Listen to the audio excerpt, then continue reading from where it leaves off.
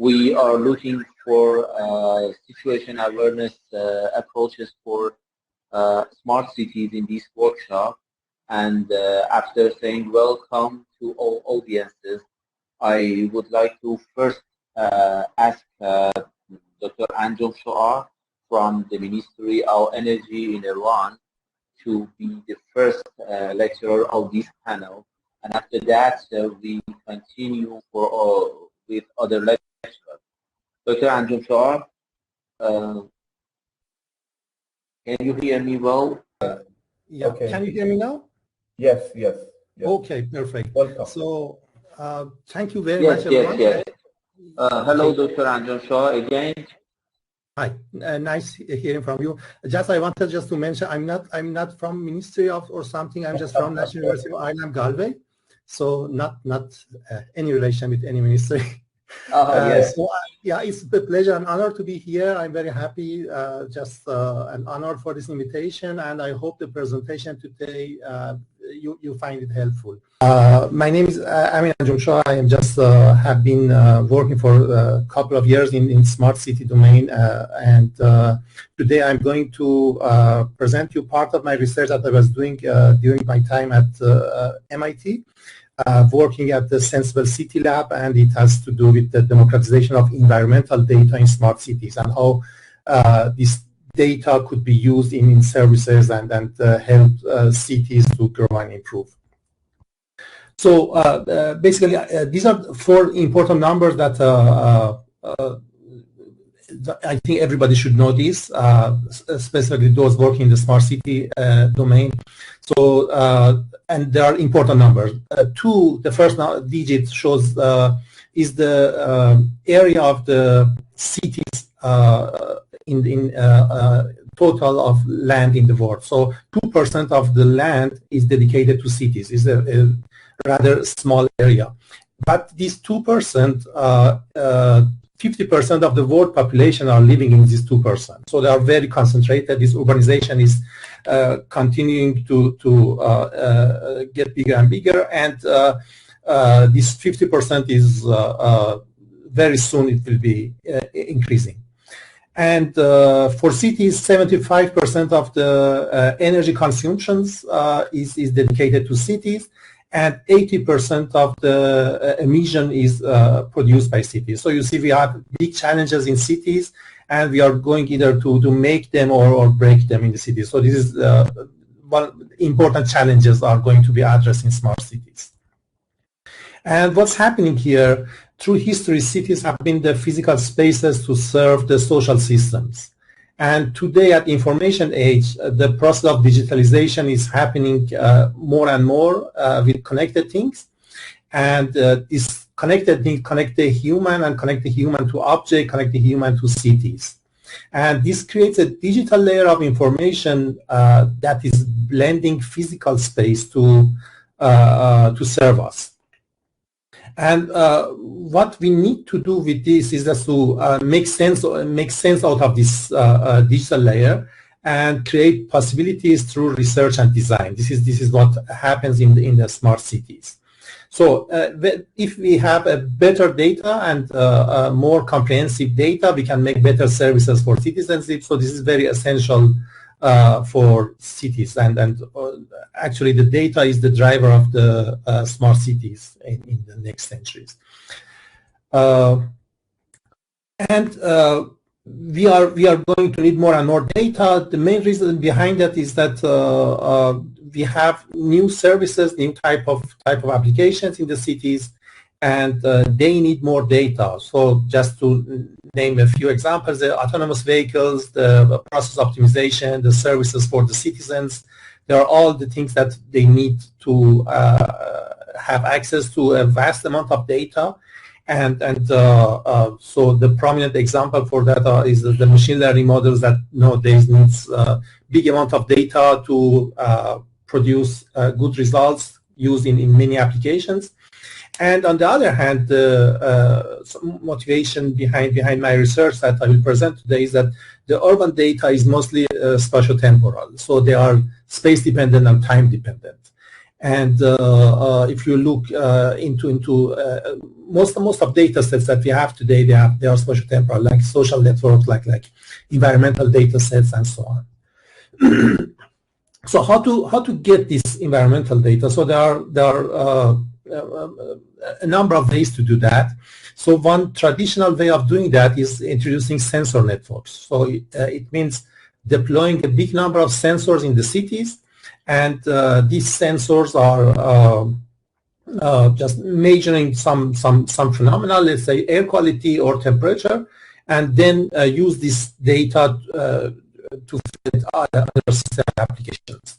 And this is the practice that being done in many cities. For instance, on the right-hand side, you see the smart city of Vienna that's integrating the sensors into traffic light, and which has advantages. It's just increased the space covered by the sensors, and as you see in this, for instance, this smart street lights that are common things these days.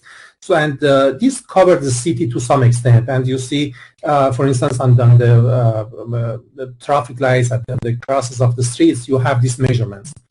But the problem with this type of measurement is that this measures the phenomena at the specific geographical points. So it's not measuring it. Mr. Anjomshoaa, Yes. I do apologize. Would you please reshare your screen? You only see the first slide of your presentation, and the next slide cannot become. So, can you see my full screen, or you see that with you to no, not full screen. We can see only the first slide. So, please reshare your screen. Thank you. Okay.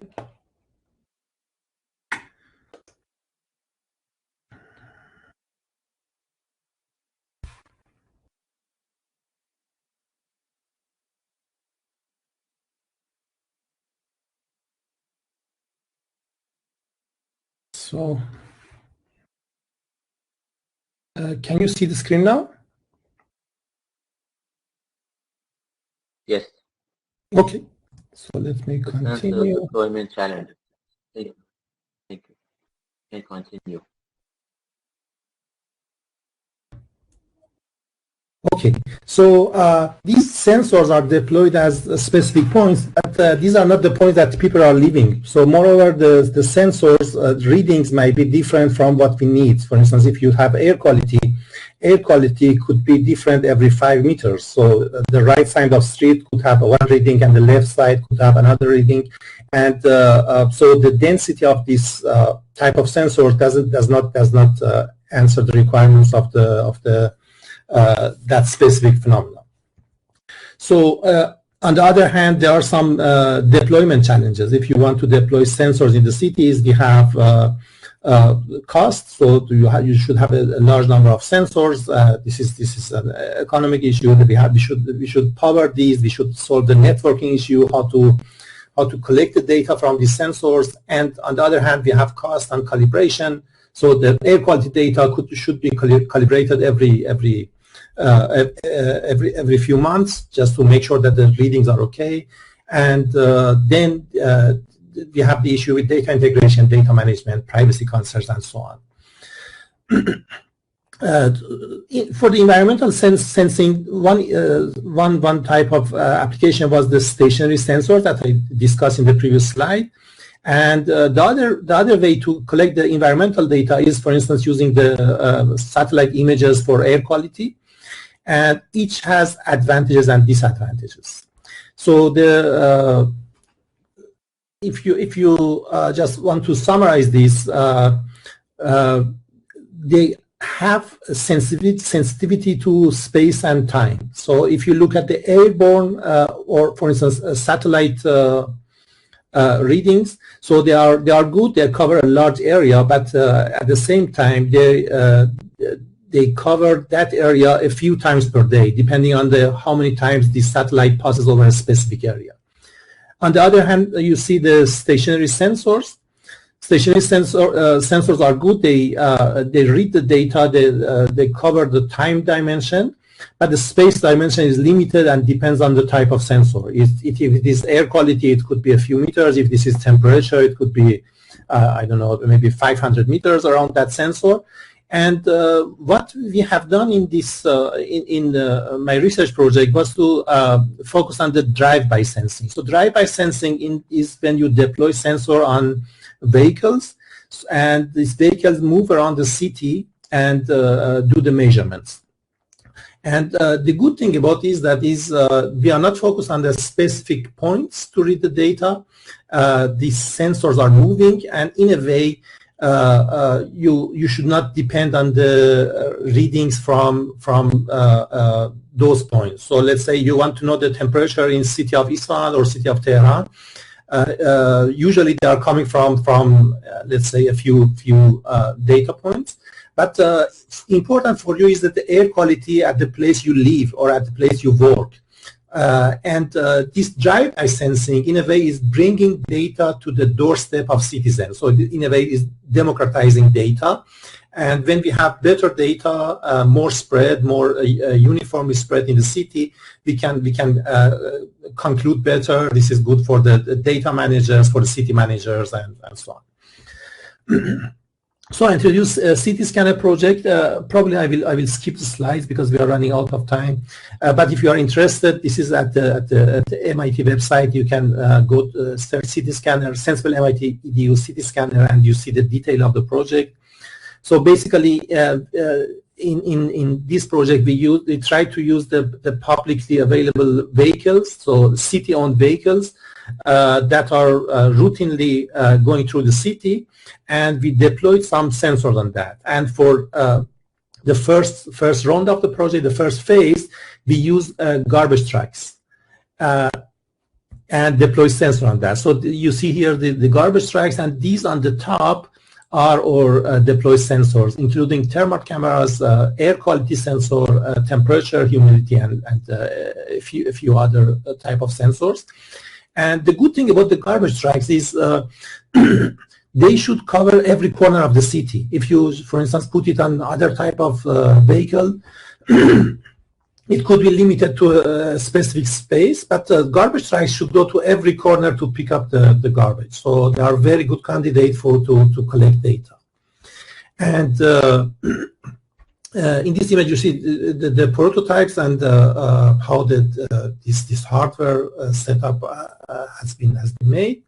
And we can have different type of sensors. So you can, based on this drive-by sensing, you can measure the ambient fluid. For instance, you can say air quality and so on. You can sense the urban envelope, for instance, the quality of the road, or just how the ground penetration radar or wave radar or different kind of sensors can be applied here. For instance, LiDAR has shown some interesting applications in smart city. You can measure the electromagnetic properties. You can look into the Wi-Fi, Bluetooth sensor to see the population density. We can look into the photonic properties, for instance, the visual camera, thermal camera. So Google Maps,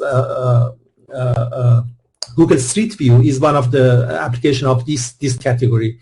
And we can have the acoustic properties to measure the noise or just other type of phenomena in the city. So there are different kind of application, and here we define a quality of sensing. So if you imagine that each one of these lines in this diagram is a sensing vehicle, and this is the space-time in the city. So the quality of sensing is that how many sensing can we get at a specific time for a specific area. It could be a street segment. So let's say you want to have 5 air quality measurements for time between 9 to 10 a.m. for a specific street in Isfahan. So this is the quality of sensing. And one line of research is just to make sure we get enough measurements consequently, we should see how many vehicles do we need to cover this. So do we need, for instance, 100 vehicles, or just 5 vehicles could be enough to get a specific number of measurements in a specific time? And so I just skip this hardware. This is the newest. It's working with solar panel. This is attached to a vehicle, and simply this is self-sufficient. And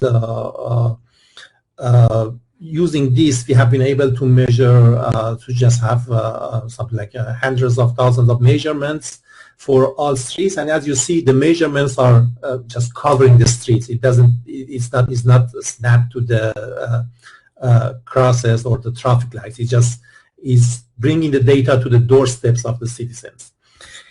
So if I hope you can hear the audio. This is a short video about this project.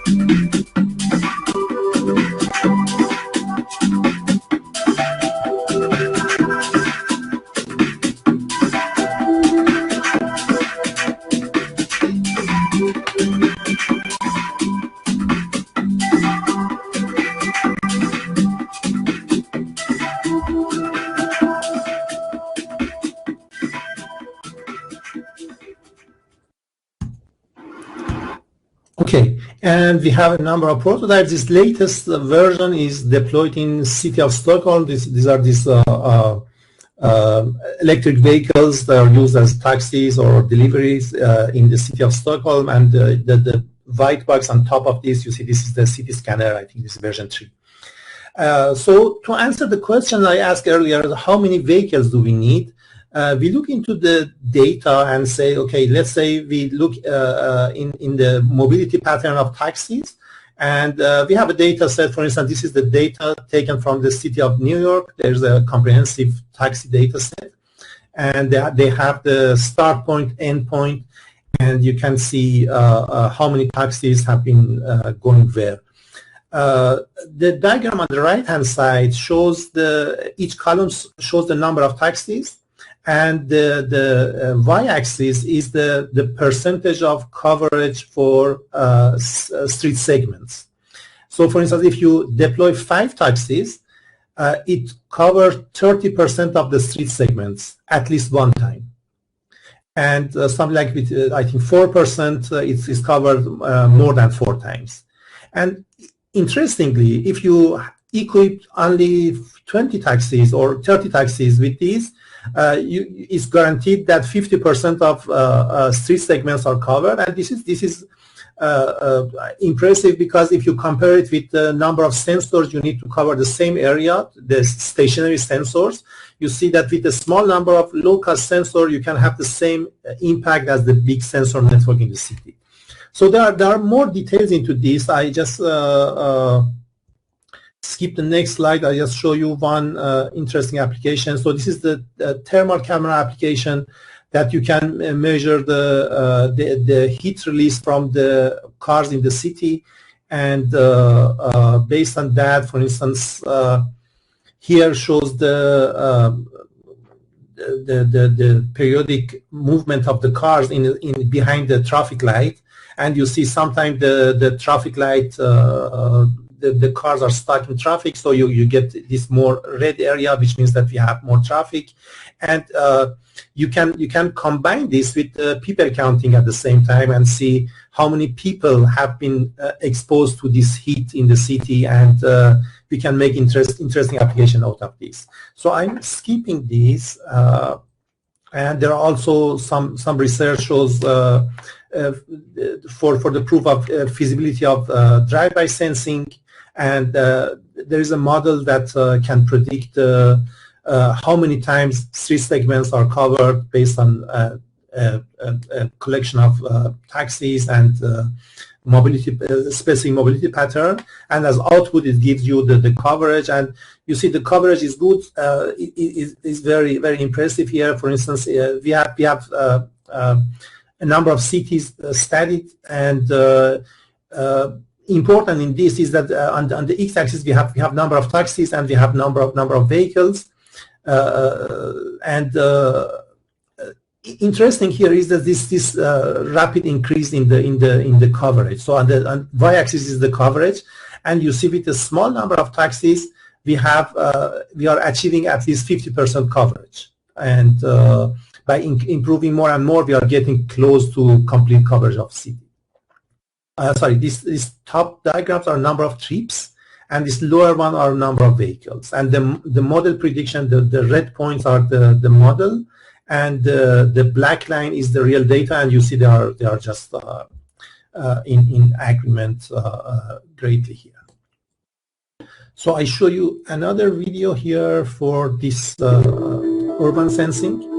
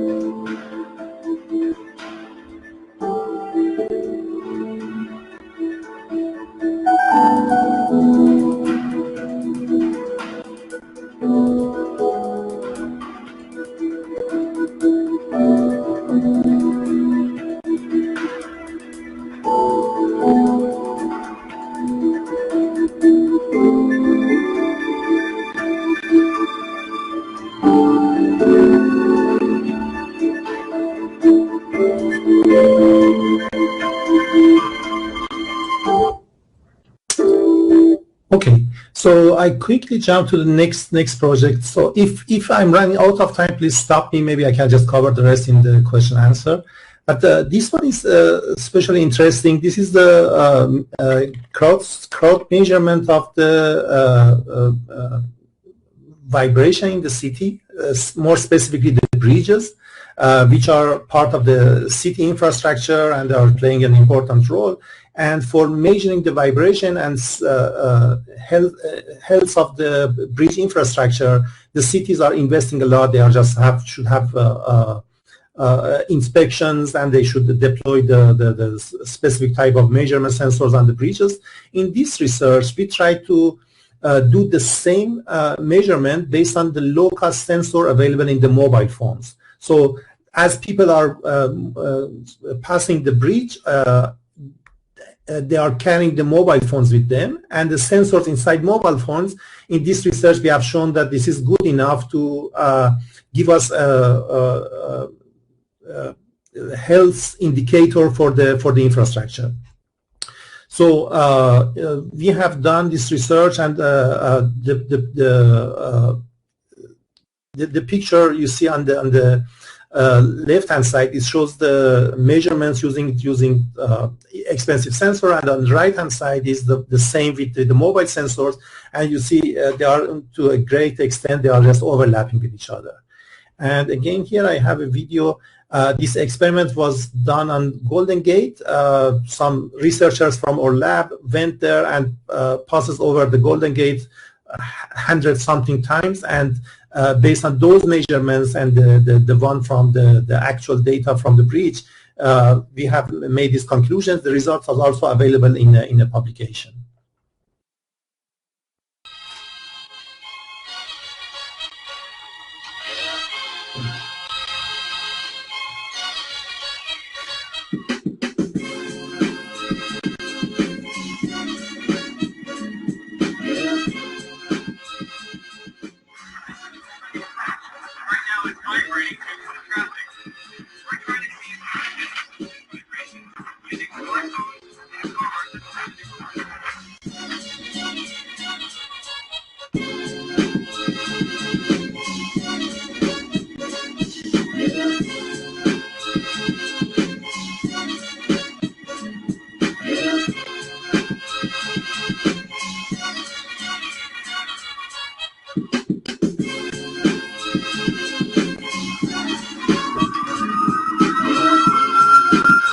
Okay, so basically this is another project in Cambridge. This is a bridge connecting the Cambridge to Boston. The same experiment was done here, and we just had the similar results here.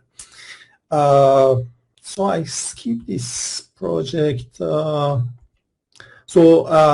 last project I want to show, the city veins. This also shows the feasibility of the drive-by sensing and measuring how the impact of that, how good it can predict the specific phenomena in the city. And in this research, we are looking into the street as the veins in the body. So as veins in the body are just carrying the nutritions and then just taking away the garbage from the cells. The same thing is happening in the city. So these are playing the role of the veins in our bodies. And if you look into the geometry of the street networks, so they are in different shapes. They are just bigger parcel, smaller parcel, and we are trying to measure the phenomena under study based on the measurements around this area. And this is we should have some way to measure the quality of sensing. So, for instance, if you do the measurements in this parcel, because the center of that is closer to the street, so the measurements for that and estimations are much better compared to this. So these kind of things, this kind of efficiency should be measured, and we have done that in this project. This is based on the street network. So we are looking into the cycle in the city. So how quickly we can cycle all the streets in the city. This goes back into has some mathematical background. We have this graph theory and so on. And the problem that you are focusing here, we call it the Chinese postman problem. This is the problem first introduced by Chinese mathematicians and later was translated to English, but in the respect of to honor this mathematician, this is named Chinese postman problem. And in this problem, we are looking into the visiting ages, street segments, in a way that this is the shortest path to visit all the city segments. So to do that, and because we have very complex street network, the city is segmented into smaller areas, and in each segment we are calculating this, and we call this time efficiency, because the shorter time, it means that you can cover more times the same area. I skipped the details. The paper is available also on the website, on the MIT website. You can go into details. And basically, this shows that the cities which are better structured, so the cities that are organized, let's say like Manhattan or San Francisco, that the streets are more straight. They have more potential to be sensed, and they can be more quickly be sensed. And the traditional and suburban areas that has more star topology, so they are more difficult, because you should cover each segment twice to cover the whole graph. And for the spatial efficiency, we have also defined a measure that can tells you how many streets you have assigned to each parcel and how good that area is. So just to save time, probably I switch to, okay, I can't switch to that because this is on the browser window. But basically, this is the visualization of the City Veins project. It shows the efficiency of the street network for selected cities. For instance, here you see in the city of Amsterdam, we have this coverage that you see on this chart, and you can select number of vehicles and see how efficient each parcel of the city is covered. And this is shown by the height of these areas. So this the website, you search for the Sensible City Lab and City Veins. You can go to the website, and it's an interactive application. You can just play with that to see the impact of this. So basically that concludes my presentation. There are much details that I skipped over, but if there are questions, I would answer those in the question answer part. Thank you very much for your attention, and once again, sorry for the technical issues we had at the beginning. Thank you so much, Amin. Sorry, I made a mistake about your position with one who is now a deputy in Ministry of Energy of Iran, but especially appreciate your great presentation and